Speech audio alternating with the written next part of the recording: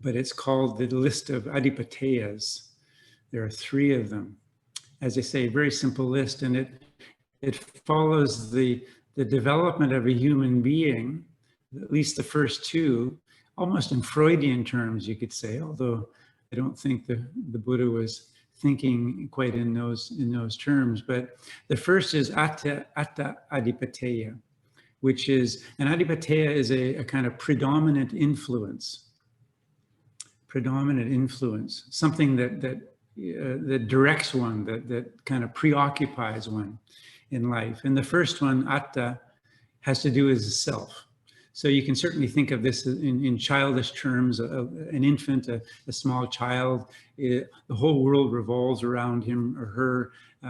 When it needs to be fed, when it needs to be cleaned after using a toilet, when it needs to be washed and exercised. But the child, when we're young, of course, we have these concerns uppermost in our minds when we need attention and comfort, when we need care. And that. And it doesn't end, of course, with infancy and early life, but we are, to some degree or another, selfish concerns do predominate in most of our lives for much of the time. So not only when we're hungry, but what kinds of things we prefer, and when we get our tea. And what kind of car we drive, and all these kinds of things, the things that we surround ourselves with, how soft the sofa should be. And I was remarking to the Samanera, who kindly sets up the technical things for me for these things. I was remarking on how many of you have paintings behind you in your nice living rooms, and so we have taste also with artistic things. We surround ourselves with things because all of these things pertain to what makes us comfortable and what we identify with and so forth. The second of the adipateyas, predominant influences, is loka adipateya, which means a predominant influence of the world. So, early on, of course, our parents are that world. Don't do this, don't do that, here, over here, try this. You'd be good at that, why don't you try this, and so forth. Soon enough, of course, we become socialized one way or another to people. We meet friends. We begin to see that our behavior has results in the world, things that we say and do, and maybe even we might be sensitive to things we think have results in the world. I was married as a layman, and I have two sons, and they're both in their 40s now. But I can remember when my younger son discovered that, I think when he was in school, probably in grade 1, he discovered that the teacher couldn't read his mind, and therefore he didn't have to put his hand up every time because he always knew the answer to things. So he just gave off the answer, and I'm sure it was a little tedious for the teacher sometimes. But he discovered that actually she couldn't read his mind, and he could just keep his hand down and just sit on his knowledge, So he was coming to terms, obviously, with the fact that there is this world, and it bears upon our experience, and the world, of course, teaches us also disagreeable things. We encounter violence, we encounter offensiveness, and all kinds of things which aren't healthy, which aren't wise. So we begin to find our way through the world. Part of finding our way through the world is also deciding what we're going to be. So this gets back to the first of the adipateyas, the notion of self. But what am I going to be? What am I going to make of myself? Who will I become? Will I become a doctor or a lawyer? Or will I be a laborer? Will I be a cabinet maker? Will I be a taxi driver? Is my ambition to be a really good mother and have a big family, or on and on and on? So we these issues are of enormous concern to us, and they don't go away when we're 13 or 18 or 25 either, of course.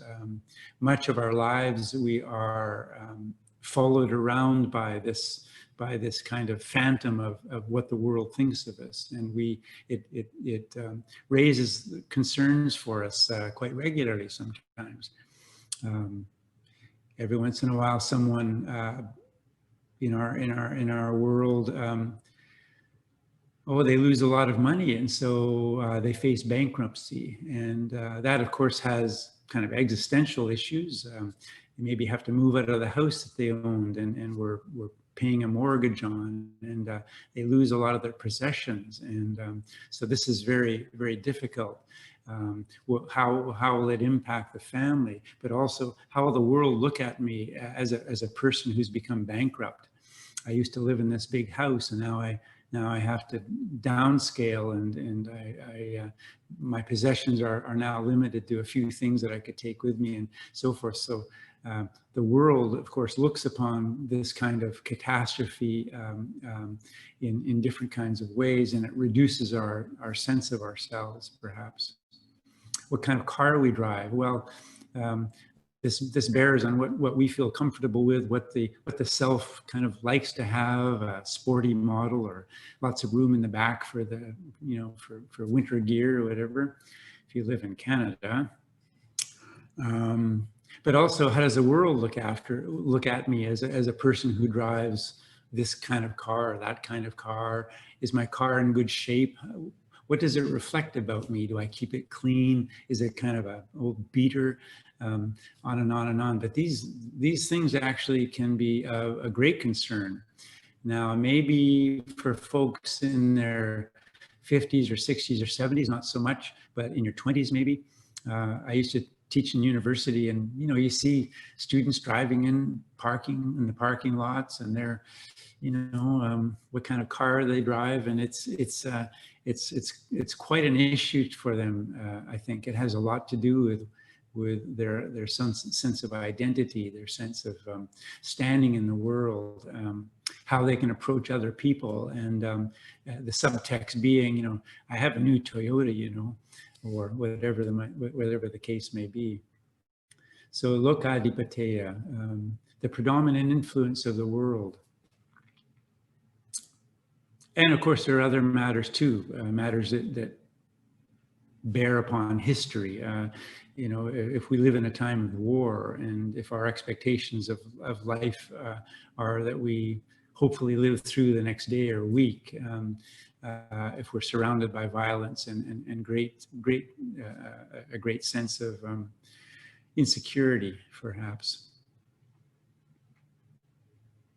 The final of the three adipateyas is Dhamma adipateya. So when Dhamma becomes one's predominant influence. So in this kind of case, of course, we still have, we still think of ourselves, and we still have important relations with the world. But in this case, the predominant influence on the way we observe ourselves, the way we encounter our experience, the way we relate to the texture of daily life, and the way we relate ourselves to the world, in the world, for and so forth, the world. All of these things, in all of these matters, Dhamma is speaking more clearly through us. And this is where hopefully all of us, to varying degrees, and some days more than others, when we are mindful, we have some sense of what Dhamma brings to our daily life in this way. Of course, you could be a very devout Christian or Hindu or Muslim or whatever. There would be other ways in which you could say a spiritual life can begin to breathe into your daily experience. But in this case, it's seen in terms of Dhamma. What does that look like? Well, it looks like whatever we bring to it. in relation to our reading of, our reflection on, our contemplation of, our discussions around Dhamma. So it relates to, in the simplest instance, it relates to reminding ourselves that things change. We can't rely on things to remain stable, secure, present for us, available to us, but rather they are bound to change. This is disagreeable often because things that we like change into things that we don't like, or we lose things that we once had. Things break down, things wear out. So this presents difficulty to us. On the other hand, it can be a good thing because the pain in the knee that we had when we change our position, it resolves, it fades away. So things that are disagreeable, things that present us with unsatisfactoriness, they also change, which is a good thing to remind ourselves of. But in the Buddha's insight into reality, the reality of human life and experience, change has with it an undeniable and unresolvable, in a sense, element of unsatisfactoriness for reasons that I've mentioned. People that we rely on change. Our parents, friends, and family. We can lose them through death. We can lose them through sickness. Accidents can occur which change their ability to interact with the world and with us. For example, we lose things that are near and dear to us.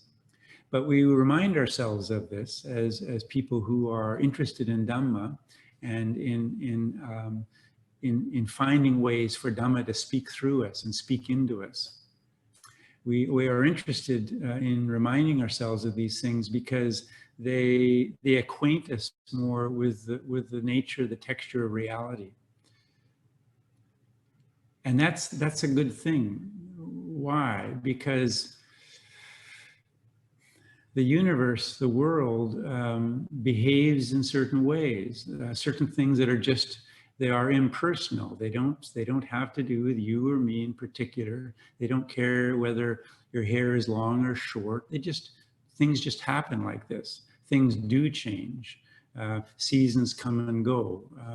Certain preoccupations that we have are, they have no bearing on reality, because reality is what it is. The universe just has its laws of acting and interacting with things. Causality just carries on, whether or not we expect it to, whether or not we want it to, pray that it not be the way it is, but still it's bound to be the way it is.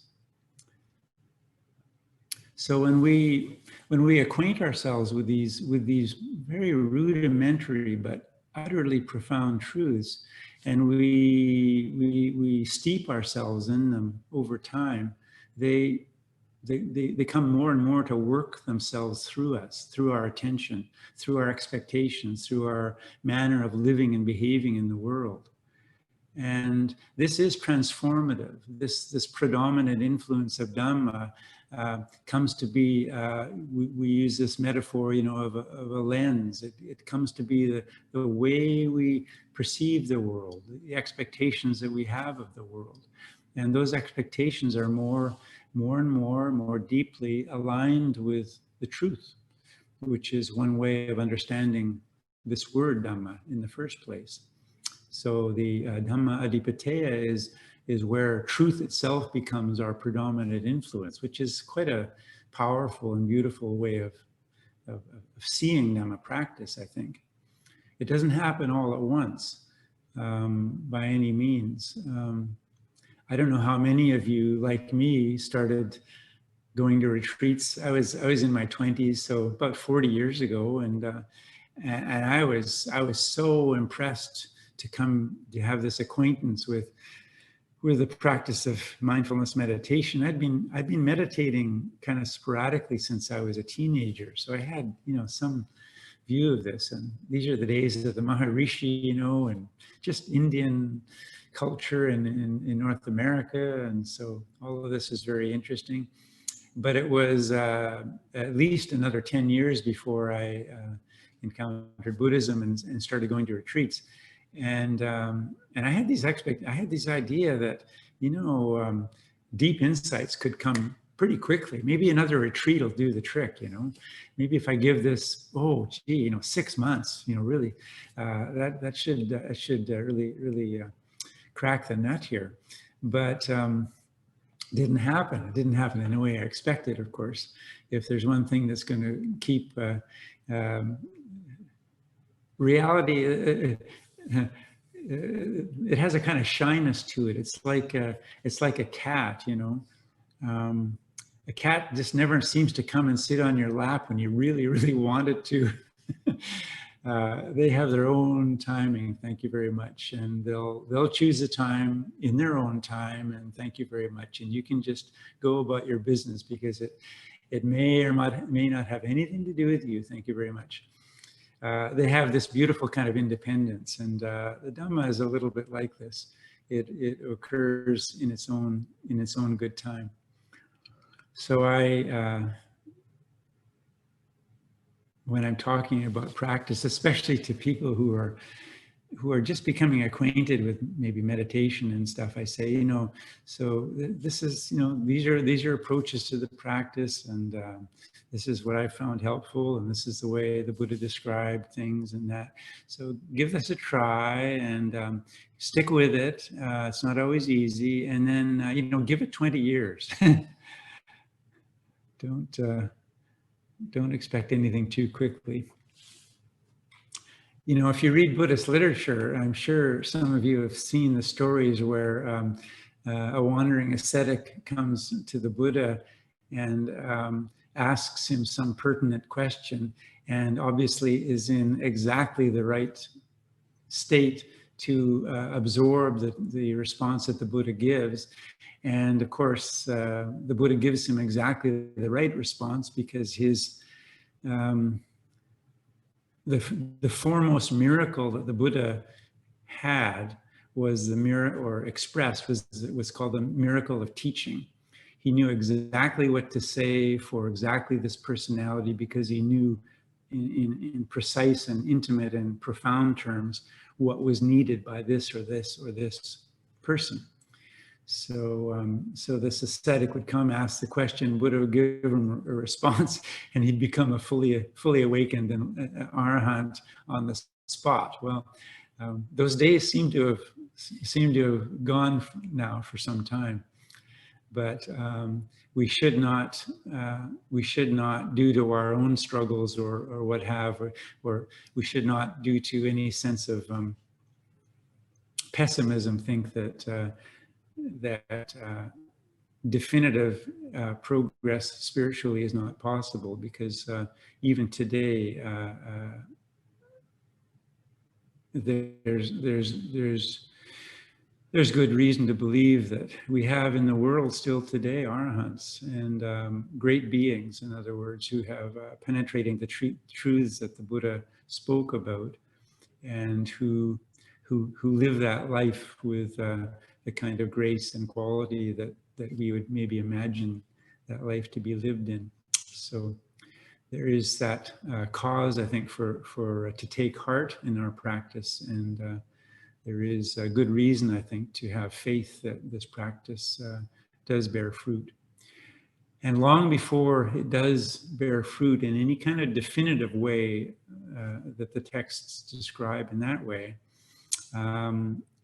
I expect each of you can think of many ways in which the Dhamma has spoken to you in life, and how this predominant, it is increasingly becoming a predominant influence in your life. And so maybe that's it's 10:25 or something like that. So these are things that I can think of to say at the moment. The dead ball has now been launched into at the goal, and now it's up to you to maybe ask a few questions if you can think of any. So if anybody wants to ask a question, they can either put their hands up or unmute themselves and ask from Ajahn. Any questions?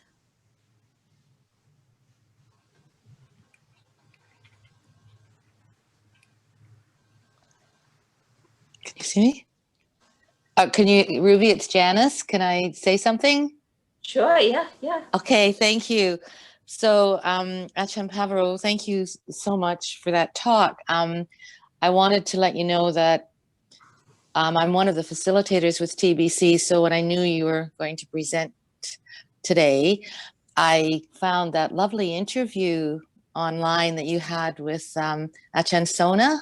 Okay, yeah. And so I played it one Sunday, so probably not everybody that's here today heard it, but I just wanted to let you know that I just found it so inspiring to get to know you, because you know you're new to our community, and I just I will relate to the talk you gave today, but I wanted to tell you that with that interview, what really touched me was your talking about metta when you met these what to us would be totally exotic creatures, right? And how you dealt with that, and that really taught me a lot, even to deal with a little mouse that's running through my basement or something like that.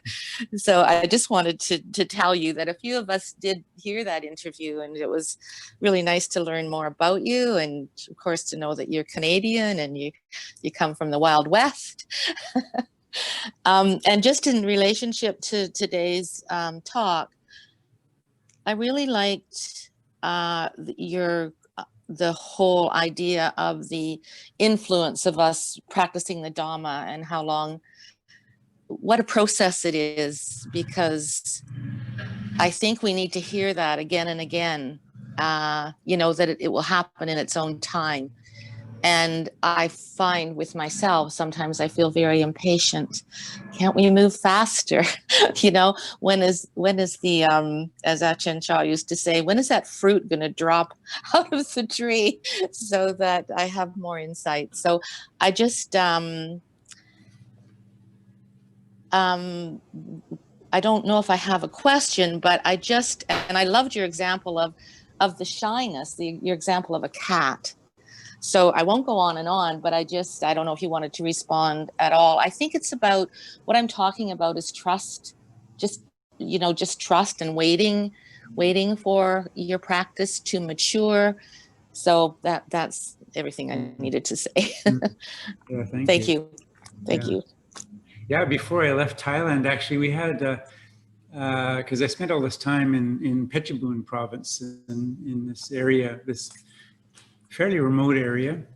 Phetchabun is, I think, one of the least populated provinces, and Thailand has like 70 provinces, right?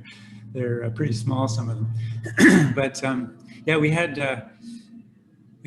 this black cobra around quite a bit. I'd see him every once in a while. And then in the last couple of months before I left, there was a mating pair of king cobras. So the female was about, I didn't see it myself. I saw some skin it left behind, but I guess it was between 10 and 12 feet long. So my abbot saw it once, and it just, you know, if he had any hair on his head, it would have, you know, bristled in the back of his neck for sure. But because there's something very primordial about these things, which simply gets back to the power of metta. It's very encouraging, actually, to discover that doing a chant every day, say a few times a day, that has to do with metta, and has to do with expressing one's benign intent in the environment. It's very encouraging to feel that take effect in the world. well before you may have this psychic ability to convey this directly to the mind of the king Cobra. Still, there is a kind of faith that you have, a degree of confidence, or just ease with which you have that. Yeah, I don't intend any harm to this creature. And that said, when you see a snake that's 10 or 12 feet long, it's for a Canadian anyway, it does get your attention. That's for sure. These big beasts, they have a kind of power and gravity themselves. But it's in this kind of way, I guess, that you put your practice to the test, that you see what it's made of, and that's one of the reasons you mentioned Ajahn Chah, and probably many or all of you have read a bit of Ajahn Chah or heard, especially talks by Lumpur Sumedho, in which he very often relays his early days, his early years with Ajahn Chah, and Ajahn Chah was absolutely fearless. This is something Lumpur Dhamma often mentions. He was absolutely fearless in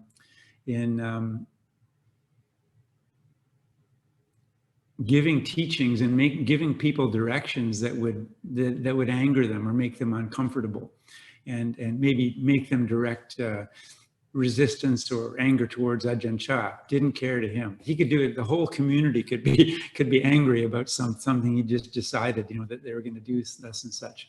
Didn't matter to him. Absolutely fearless in this way. Why did he do it? Well, of course, Dhamma was his predominant influence.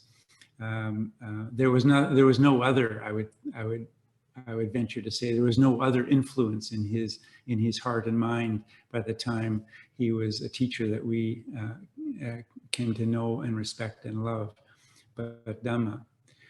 And that's what would carry his students through their relationship with him, because even if one or another day was pretty rough going, they would again accept the fact that he had their very best intentions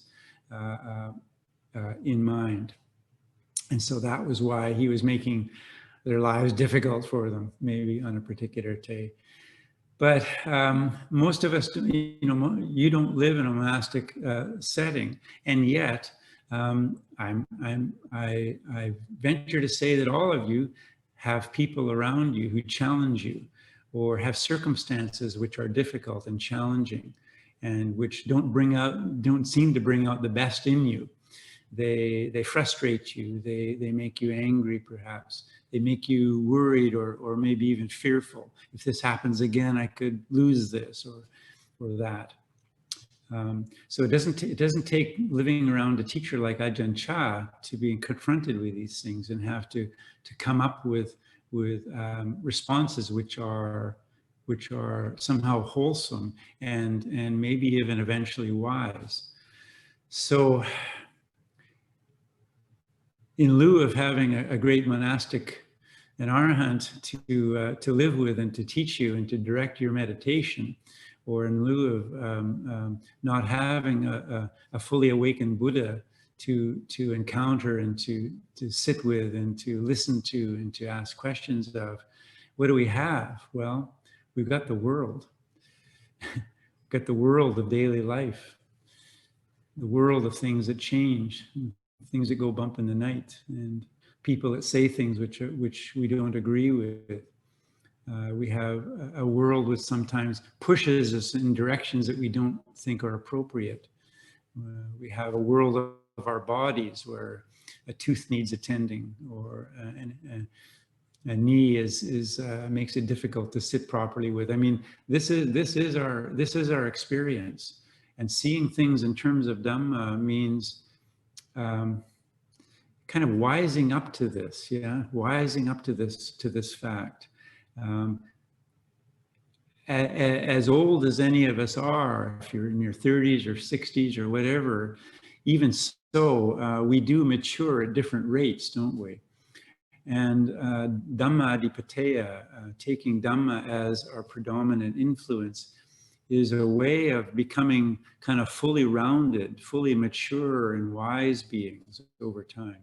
And it does take time.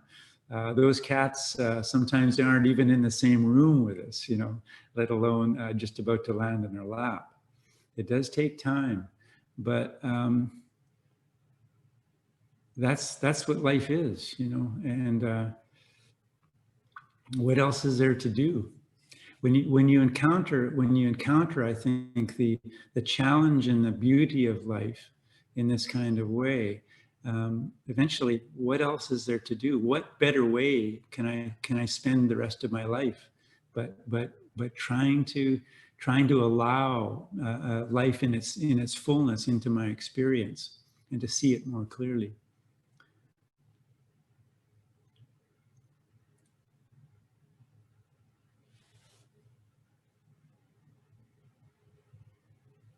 Are there any other questions or comments?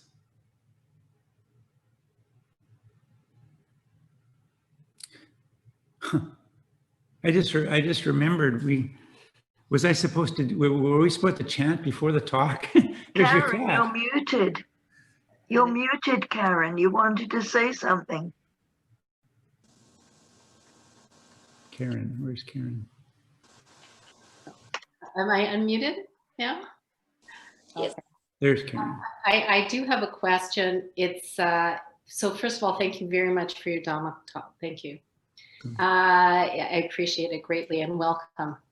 I just, in terms of following up with what Janus is saying, and I'm just wanting to know if you can comment just a little further on the relationship between trust and metta, and metta practices. And I'm thinking about something that Ajahn Pavaro said in the retreat that I went to, where he talked about if you're grappling with the cruelty of the world the way it is, that you can bring in maybe metta practices as wishing people well and that kind of thing. So again, if you can speak a little bit about trust and metta, that would be wonderful.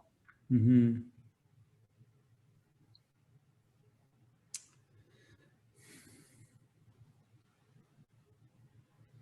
I guess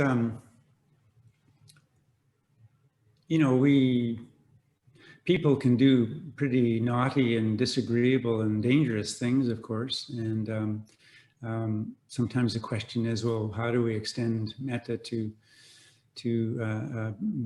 people in such case? It isn't by thinking about metta, considering metta, we aren't necessarily agreeing with where people are in their lives right now, or agreeing with their views on things. Maybe they're very selfish, or maybe they have a rather violent temperament, perhaps. But kind of wishing them well and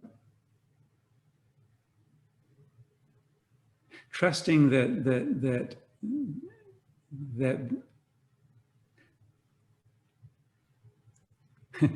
the ball is dead again, right?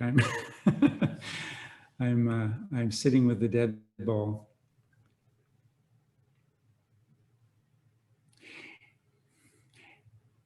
It might be beginning with trusting that metta is a good that we bring into the world, that no harm comes from simply wishing people safety and security and health and success in what is good in their lives. As I was indicating, metta doesn't mean that we're agreeing, or that we feel that the way a person is conducting him or herself is laudable or worthy of following necessarily, but wishing that they may find peace and a way to virtue and clarity and safety in their life. And then we have to leave people to the way they are. They will exercise their free will in ways that they are led to or believe that they should, or simply conditioned to follow.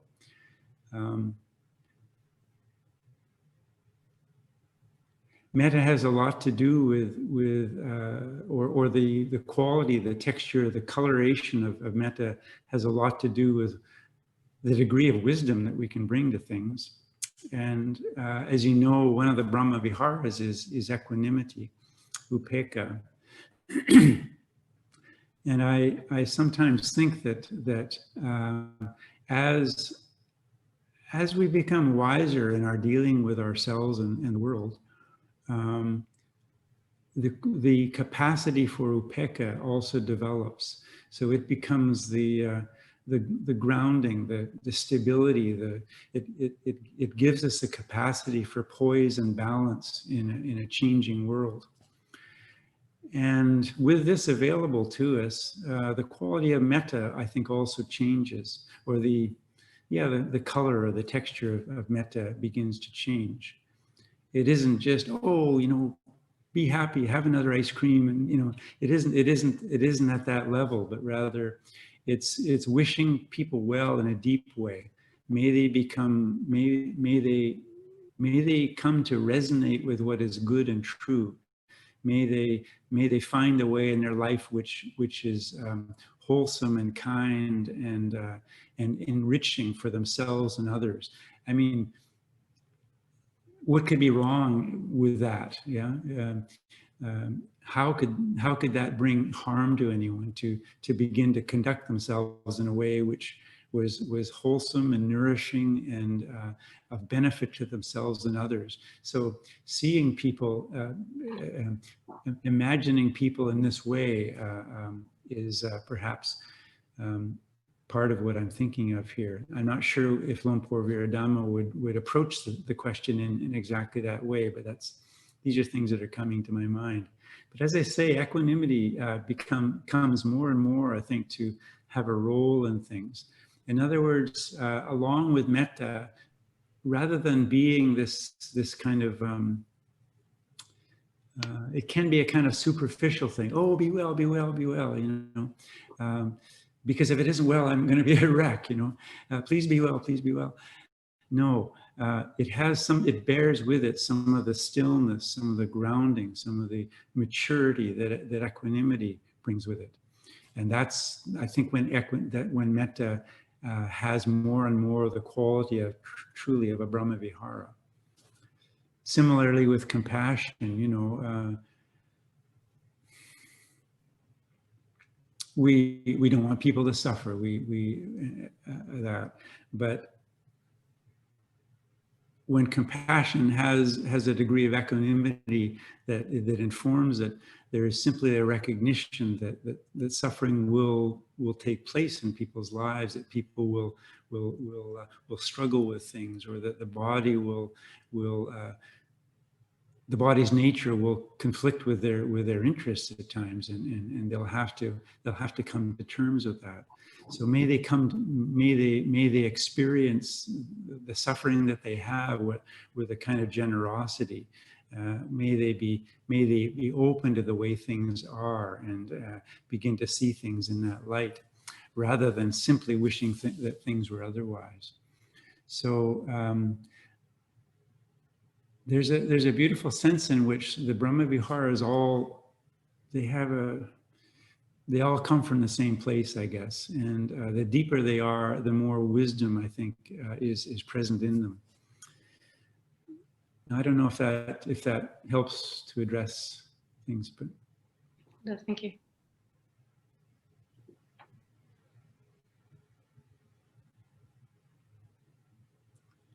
imagination, imagination is a sankhara, yeah. So it has a kind of technical place, I guess you could say. It's a cetasika maybe in Abhidhammic work. But imagination, I think, is of great value in Dhamma practice. I mean, in a way, that's what it is you're asking me to do, or us to do, when you ask a question, or when I offer a response. I'm kind of there's a football on the soccer field, or there's a cat in the room, or whatever. They're invitations to imagine certain things, and in that way, imagining what brings real benefit to a person, imagining what real delight and success feels like. You know, when you think of mudita, appreciative joy. If you're in an empty room and you just had a cup of tea and it wasn't quite to your liking, and yet if you're interested in cultivating appreciative joy, what would you do? Well, you might go back to your memories.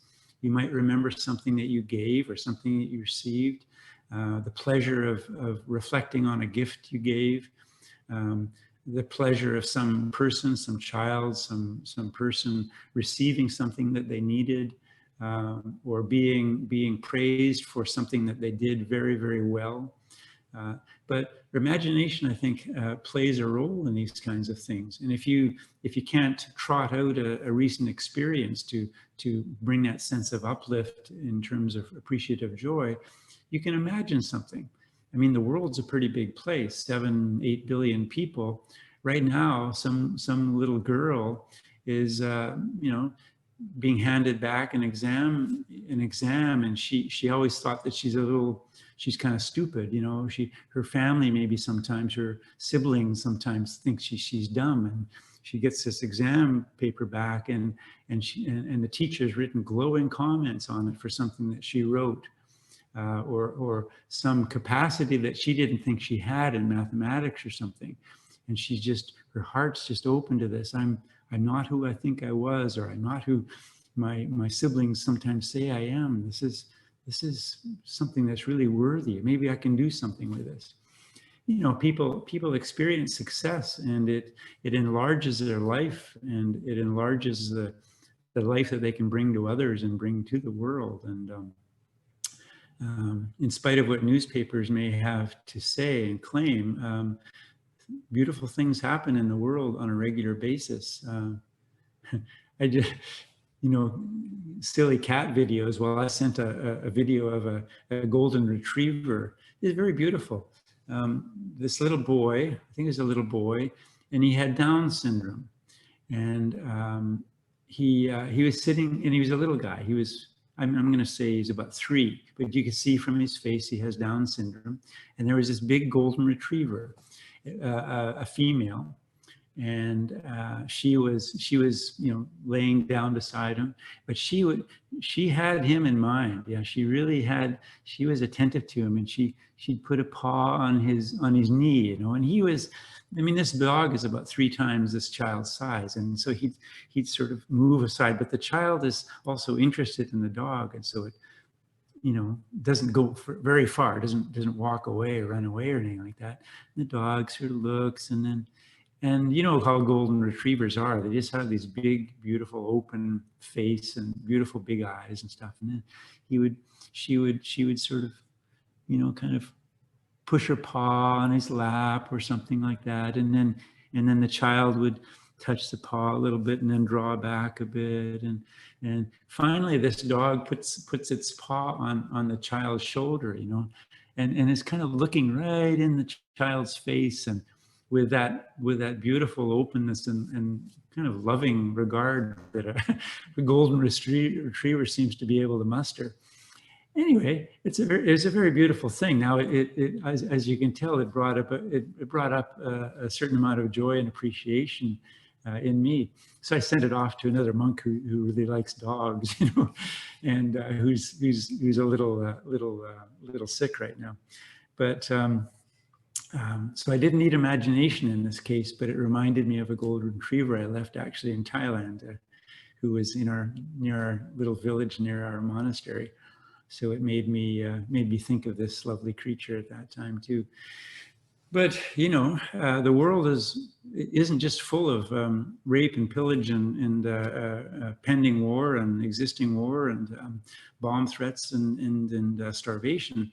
It is also as full of human beings and animals even expressing care towards one another generosity, selfless concern for one another.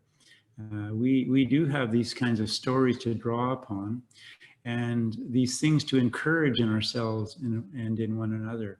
And, you know, if they aren't beautiful, I don't know what is beautiful. I mean, there is beauty to life, and it's one of our jobs. One of the jobs that we have as practitioners is to recognize it, to acknowledge it, to name it properly, and to call it forth in our experience and to share it. So just anyway, you kind of asked about one Brahma Vihara, and that's a little reflection on more than one. Thanks for the question, Karen.